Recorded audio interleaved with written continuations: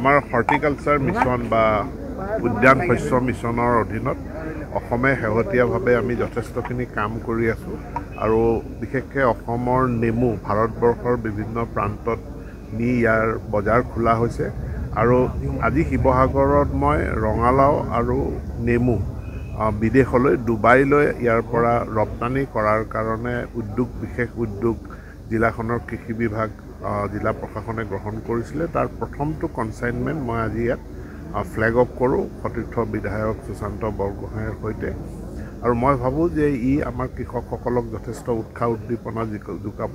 বিশেষকৈ ব্ৰহ্মপুত্ৰৰ চৰ চাপৰি অঞ্চলত ইয়াত যথেষ্ট পৰিমাণে ৰঙালাও উৎপাদন হয়। আমি চুবুৰীয়া ৰাজ্য ৱেষ্ট বেংগললৈও ইয়াৰ পৰা ৰঙালাও গৈ আছে আৰু আজি আমি যিহেতু বিদেশলৈ ৰপ্তানি কৰাৰ এটা কনচাইনমেণ্ট ইয়াৰ পৰা প্ৰেৰণ কৰিছোঁ, ই স্থানীয় অৰ্থনীতিক সবল কৰিব আৰু যি দুটা দিহিংমুখ আৰু দিচাংমুখৰ দুটা ফাৰ্মাৰ কোম্পানী, এই কোম্পানীকেইটাকো যথেষ্ট উৎসাহ উদ্দীপনা যোগাব। গতিকে ইয়াত আমাৰ ছ'লাৰ পাম্প দিয়াৰ ব্যৱস্থা কৰা হৈছে, ছ'লাৰ পাম্প যথেষ্ট দিয়া হৈছে আৰু মই কৃষকসকলক বা FPC সকলকো অনুৰোধ জনাম যিটো এই ছ'লাৰ পাম্পৰ সুবিধাটো ল'বৰ কাৰণে তাতে পানীৰ মূল চলিউশ্যনটো হ'ল ছ'লাৰ আৰু নহ'লে আমি ইলেক্ট্ৰিক।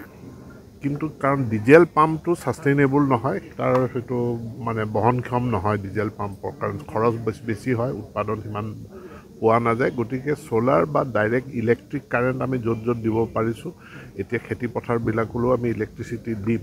গতিকে ইলেক্ট্ৰিচিটি আৰু য'ত দিব নোৱাৰোঁ তাত ছ'লাৰৰ ব্যৱস্থা কৰা হ'ব।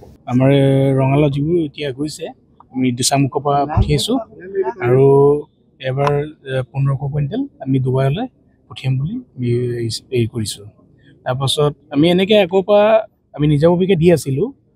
আপোনাৰ আগৰতলা, কলকাতা, দিল্লী, উৰিষ্যা দি পঠিয়াই আছিলোঁ।